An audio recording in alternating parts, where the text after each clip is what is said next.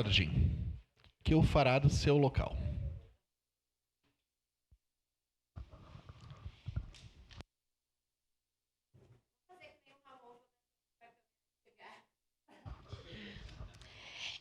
Vereadora Andressa, parabéns pela apresentação dessa moção.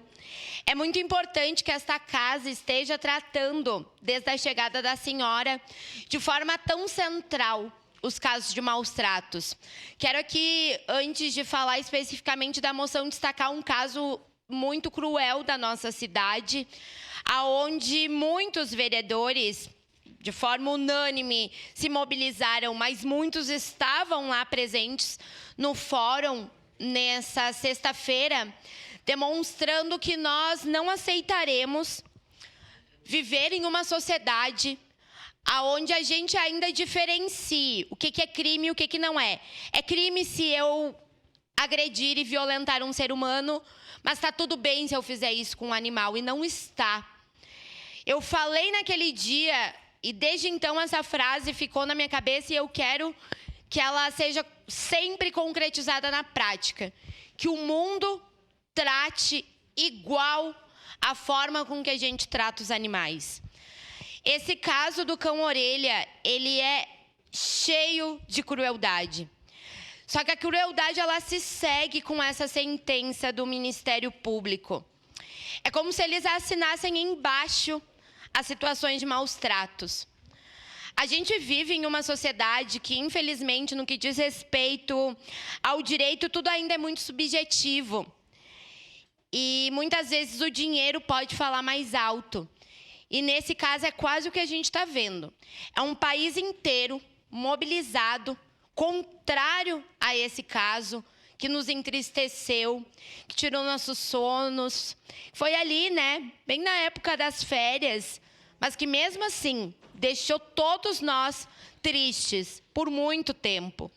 E a gente fica mais triste ainda em ver que, mesmo depois de muita mobilização popular, mesmo depois de ele ter se tornado um símbolo nacional da luta contra os maus tratos, a decisão do Ministério Público é por dizer que não houve agressão.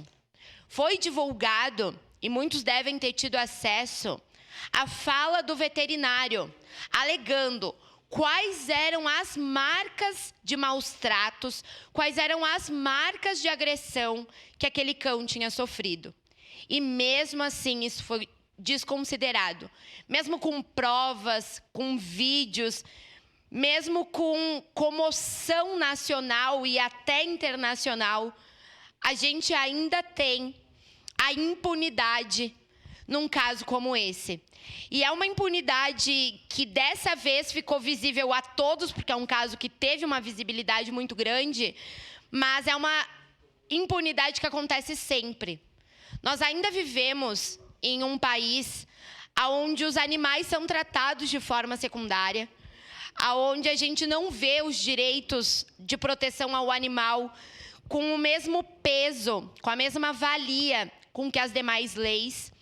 Então, é importante que esta Casa Legislativa, através de mais uma moção, mas fomentando mais uma vez esse debate, demonstre que nós, fiscais, gestores públicos, temos que estar mobilizados para cada vez avançar mais. Demoramos muito para começar a entender o animal também como um ser vivo, que merece cuidado, respeito, afeto, carinho, proteção.